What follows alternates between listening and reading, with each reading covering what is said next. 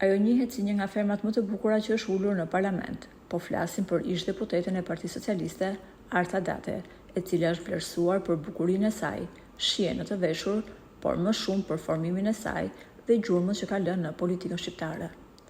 Arta është në 2 djemve dhe së fundmi, larg politikës, ka filluar të gjejë kënaqësinë e saj në gjëra të thjeshta por të bukura, siç janë leximi, përkthimi dhe kujdesi ndaj nipërve dhe mbesave. Rrallë Arta ka folur për jetën e saj private, por kur flet, thot gjithmonë gjëra mjaft interesante. Për shembull, pak veta e din se kur regjisorët kanë kërkuar aktoren që do të luante Melin te filmi Zonja nga fshati, para se të zgjidhnin Raimonda Bulkun, ja kanë vënë syrin Arta Dades për atë rol.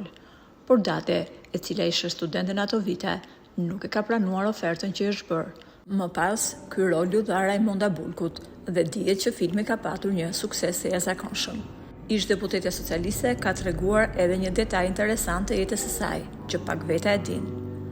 Ajo tha se ka prezantuar festivalin e 13 të Radio Televizionit Shqiptar, kur ishte studente e anglishtes. Arta u shpreh: "Kam prezantuar festivalin e 13 të Radio Televizionit Shqiptar. Ai ishte 2 vjet pas festivalit të 11 dhe donte pak guxim. Aq më tepër që unë nuk kisha lidhje fare me qarqet artistike, isha studente e anglishtes dhe nuk e refuzova, pranova.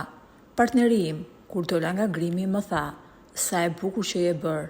Me thënë të drejtën, nuk i fola gjatë gjithë kohës, sepse mu duk si gjë e rrallë që mora një kompliment. Pastaj, me kalimin e kohës, u mësova të marrë më shumë komplimente. Madje, tani mërzitem kur nuk më bëjnë komplimenta", u shpreh Arta duke buzëqeshur.